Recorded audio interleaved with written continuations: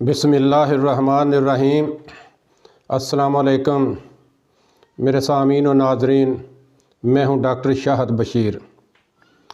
आज मैं जो अद्वियाती पौधा मेडिकेटेड प्लांट आपके सामने उसकी इन्फॉर्मेशन रखने जा रहा हूं, वो है बाबची पसोरेलिया। इसको शायद आपने इतनी ज़्यादा दफ़ा ना सुना हो, लेकिन ये भी एक बहुत अहम पौधा है। ये बहुत सारे ऐसे पौधे आएंगे जो मेडिकेटेड प्लांट है जिसकी इन्फॉर्मेशन आप तक मैंने पहुंचानी है, क्योंकि बहुत से ऐसे पौधे होंगे जिसके बारे में आप बिल्कुल नॉलेज नहीं रखते। आपको नॉलेजफुल करने के लिए, आप तक उसकी इन्फॉर्मेशन पहुँचाने के लिए ये मेरी एक काविश है और कोशिश है। उम्मीद है उसमें मैं कामयाब होऊंगा। आज जिसके ऊपर मैं बात करने जा रहा हूँ, जैसे मैंने पहले बताया है, वो बाबची है पसोरेलिया। ये एक कीमती अद्वियाती जाड़ी नुमा सदाबहार पौधा है जो कि 4 से 6 फुट तक ऊंचा हो जाता है। इसकी कटी शाखें फिर फूट पड़ती हैं। हर शाख पर गुच्छे की शक्ल में बीज लगता है जिसका रंग स्याह होता है। पौधा 5 या 7 फुट लंबे कद का हो जाता है।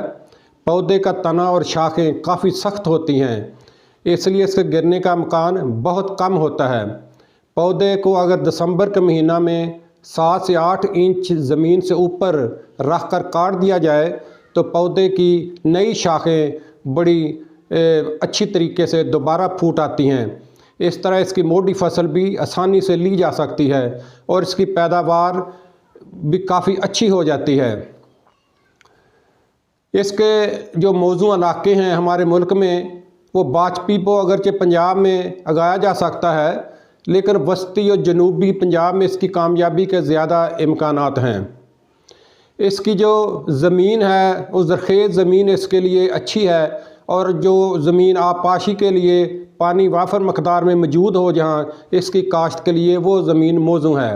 हल्की रेतली और कराठी ज़मीनें इसकी काश्त के लिए बिल्कुल मौजू नहीं हैं, क्योंकि पौधे की पानी की ज़रूरत काफ़ी है, इसलिए बरानी इलाकों में इसकी काश्त सूदमंद नहीं होती। इसको पानी काफ़ी दरकार होता है।